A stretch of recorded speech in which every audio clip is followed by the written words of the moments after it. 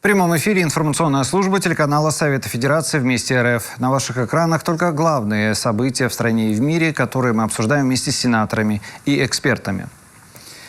Инвестиционная привлекательность и экономический потенциал. Абхазия знакомит сегодня россиян и представителей других стран со своими достижениями. Дипломаты республики рассказали о сильных сторонах своей страны. Представители курортного края хотят заинтересовать российский бизнес в сотрудничестве с местным деловым сообществом. В этом году Абхазия намерена провести презентацию своих возможностей не только в Москве, но и в Туле и Ростове-на-Дону. Эти регионы обладают высоким потенциалом сотрудничества с республикой в торгово-экономической и инвестиционной сферах. О перспективах предстоящей работы рассказала глава МИД Абхазии. Руководство нашей страны принимает меры по повышению инвестиционной и туристической привлекательности Абхазии. Кроме того, отмечается динамичное межгосударственное абхазо-российское взаимодействие сегодня. Постепенно создаются условия для участия Республики Абхазия в интеграционных процессах на постсоветском пространстве. Мы этому вопросу уделяем особое внимание, сегодня тоже об этом поговорим. Кроме того, расширяются международные контакты Республики Абхазия, активизируется международная информационная политика. Ну а с нами сейчас на прямой связи заместитель директора Института востоковедения Российской академии наук Александр Скаков. Здравствуйте, Александр Юрьевич. Добрый день. Вот последние годы для Абхазии были непростыми, как в принципе и для всего мира. Как республика пережила пандемийный период и что ей позволило устоять? Пережила очень сложно. Дело в том, что в Абхазии есть своя специфика. Ну, все понимают, что абхазы, во-первых, любят хорошие родственные отношения, когда много родственников, когда большие застолья, большие свадьбы, другие события семейные. И отказаться от этого в данное время было крайне сложно. Кроме того, конечно, с самого начала медицина Абхазии, как и медицина, видимо, и России, также была не готова к этой эпидемии, как и всего мира, в общем-то. Вот. Но в дальнейшем ситуация стала улучшаться, меняться. Хотя многие из тех, кого я знаю в Абхазии, они переболели ковидом даже не один раз, а 2 или 3 раза. Вот сейчас ситуация гораздо более спокойная, стабильная. И я думаю, из этой проблемы, из этой ситуации Абхазия вышла вполне достойно, конечно, опираясь на значительную помощь страны Российской Федерации. Да, но вот не секрет, да, что Абхазию поддерживает Россия. В чем заключается сегодня помощь и что еще требуется сделать для стабилизации социально-экономического положения республики? Помощь совершенно разнообразная. Это помощь с тем же самым коронавирусом, помощь врачами, специалистами разной принадлежности ведомственной, которые там работали. Это помощь финансовая, в первую очередь, конечно. Как известно, есть инвестиционные программы, которые пусть с проблемами, но как-то выполняются. Кроме того, это тоже, можно считать, это помощь. Это помощь то, что Россия является основным поставщиком, собственно говоря, туристов в Абхазию. А туристы для Абхазии – это золото для страны. Поэтому, в общем-то, связи между Россией и Абхазией, они очень многогранные и различные. И все это можно назвать тоже как помощь, как взаимовыгодное сотрудничество, скажем так даже. Ну а как вы в целом оцениваете уровень взаимоотношений с Россией? Я думаю, что его можно оценить как стабильно высокий. Каких-то серьезных проблем, угрожающих этим взаимоотношениям, я не вижу. Конечно, иногда возникают некоторые нюансы, которые... Иногда в них, видимо, вина стороны российской, иногда, может быть, вина стороны абхазской кого-то, кто что-то не досмотрел. Вот. Ну вот, например, вопрос о делимитации границы и о принадлежности Алибги. Вот это горный район между севернее Адлера, границы Абхазии и России. Вот. Это вопрос, даже такое ощущение, что он намеренно иногда подкидывается, чтобы внести какое-то раздражение в наши взаимные отношения. Вы уже упомянули о тех инвестиционных программах, которые действуют между Россией и Абхазией. Вот как вы оцените реализацию очередного этапа российской инвестиционной программы, содействие социально-экономическому развитию Абхазии? Необходимо признать, что инвестиционные программы, и это в том числе, реализуются не без проблем. Это связано и с задержками финансирования, и иногда с тем, что объекты, которые подпадают под эти инвестиционные программы, не всегда в дальнейшем, скажем так, работают в полной мере и тем более окупаются. Здесь целый ряд причин. И пока что такой ситуации, чтобы все работало без каких-то проволочек и без сбоев, такой ситуации нету. И сейчас здесь, тем более, что понятно, что сейчас с финансами у всех сложно, поэтому сказать, что все хорошо, я ни в коей мере не могу. Понятно. Ну а на каком этапе сейчас находится решение таких вопросов, как газификация Абхазии и ее электроснабжение? Эти два вопроса довольно разных, то есть их надо различать. Что касается электроснабжения, в Абхазии есть свои мощности по энергоснабжению. Во-первых, это, конечно, Ингулигаз. Есть некоторое продвижение было здесь достигнуто последние десятилетия. Это некоторые ремонтные работы на Ингулигаз, это и восстановление и ввод в действие Сухумгаз. Но этого мало, конечно.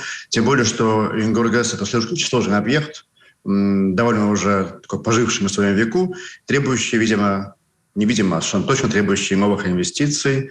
Тем более он находится прямо на границе между Абхазией и Грузией. Тут тоже возникают свои проблемы. Хотя в то же время надо признать, что это единственный вопрос, по которому Абхазия и Грузия, и Россия также, всегда находили взаимопонимание. Это что касается электроэнергии. Еще надо здесь отметить, что негативную роль сыграл то, что в Абхазии то разрешали, то запрещали майнинг криптовалюты.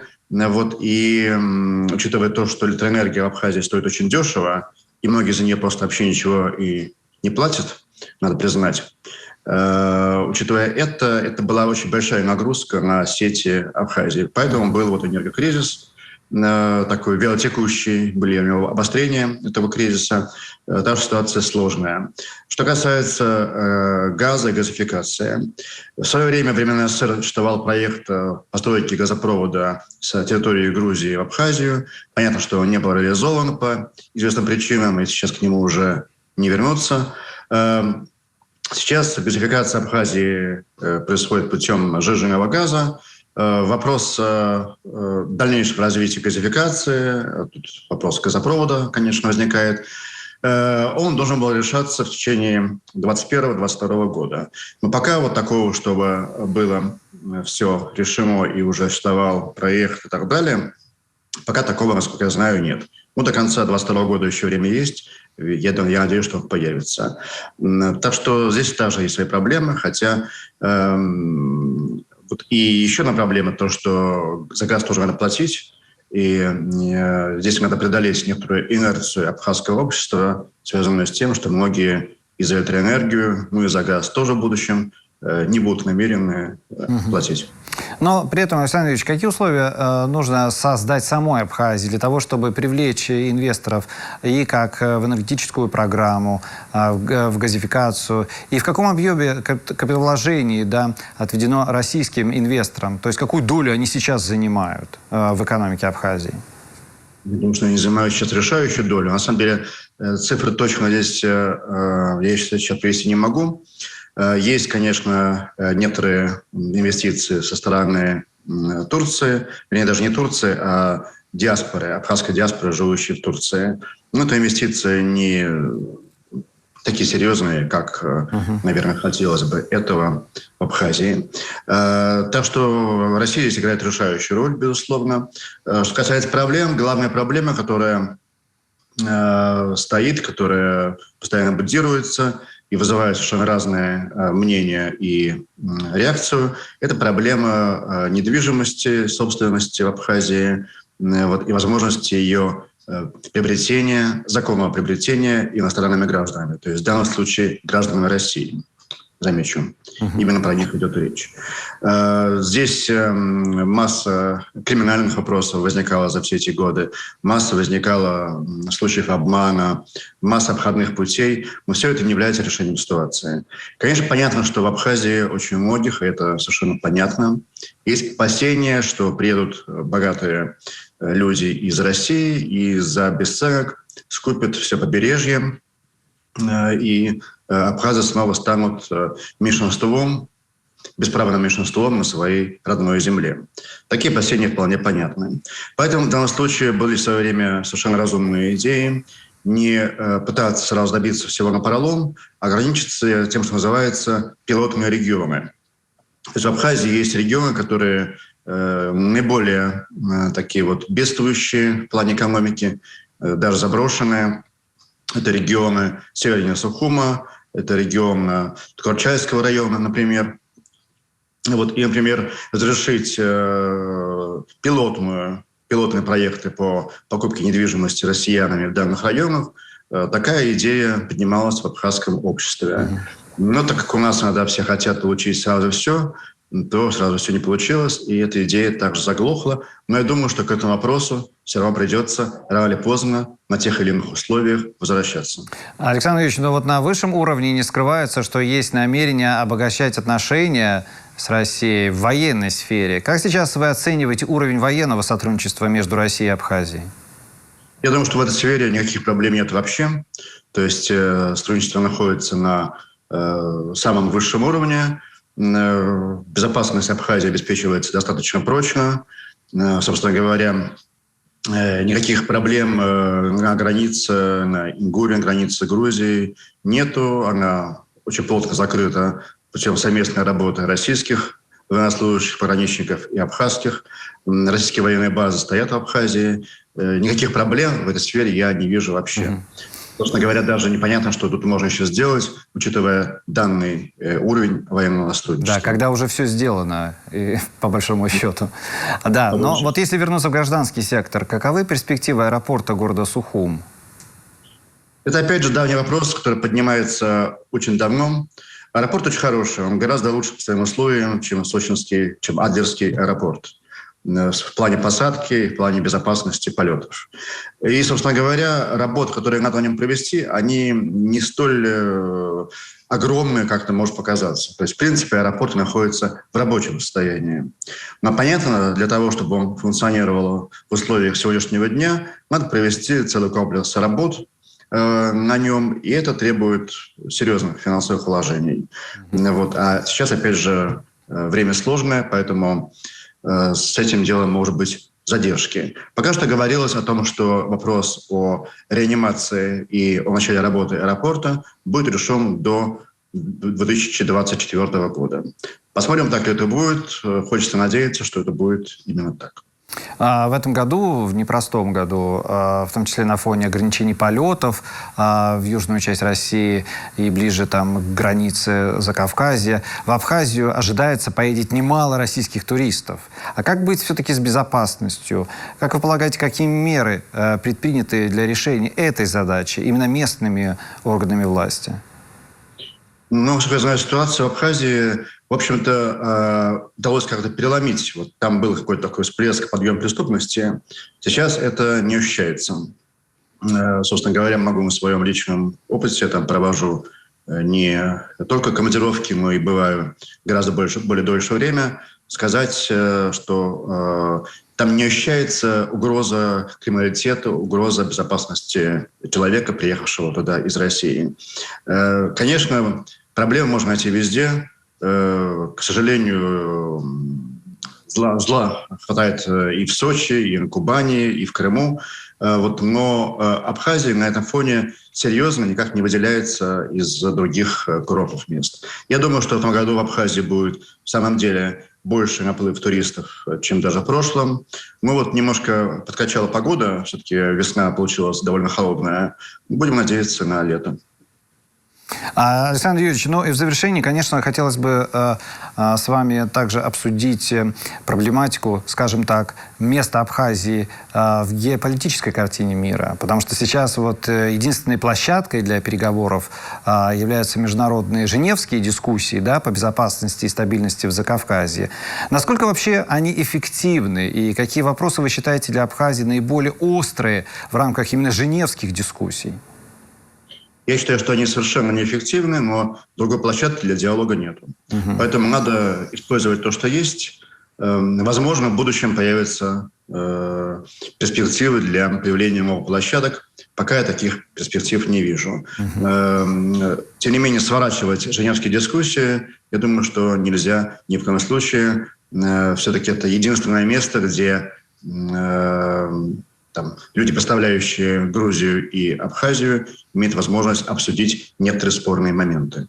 Говорят, что сейчас обсуждается документ о неприменении силы между Абхазией и Грузией. Какова вообще вероятность появления такого документа и что он будет ратифицирован? Ну, сначала подписан, потом наверняка ратифицирован. Вы знаете, он уже обсуждается, на самом деле, не первое даже десятилетие, поэтому обсуждаться он может еще столько же времени. Я пока что не вижу перспектив для решения данного вопроса и для подписания данного соглашения. Конечно, оно было бы очень полезно и было бы востребовано, и дало бы какие-то гарантии Абхазии, кроме гарантий, которые дает их ей Россия. Но здесь вопрос в том, что Грузия по инерции во многом, она очень настойчиво говорит о том, что у нее конфликт не с Абхазией, а с Россией. Абхазия – это так вот какой-то сателлит, оккупированная территория России и так далее. Это не так, конечно, и не сателлит, и не оккупированная территория. Но говорить напрямую вот, с Абхазией и принимать Абхазию как полноценную сторону переговоров, с которой можно подписывать соглашение какое-либо, Грузия пока что не готова. И, учитывая ситуацию в мире и отношения на Западе, в первую очередь в Вашингтоне, мы знаем, что Тбилиси оглядывается в первую очередь на Вашингтон, потом на Брюссель и на Лондон. Вот, учитывая это, я не вижу перспектив для того, чтобы убедить Грузию пойти на заключение данного соглашения. Александр Юрьевич, большое спасибо за то, что приоткрыли немножко окошко для наших телезрителей, что такое Абхазия, современная Абхазия, что она из себя представляет сегодня на современном геополитическом поле и что происходит внутри, какие процессы внутри происходят в социально-экономической тематике. Наши вопросы отвечал заместитель директора Института востоковедения Российской академии наук Александр Скаков.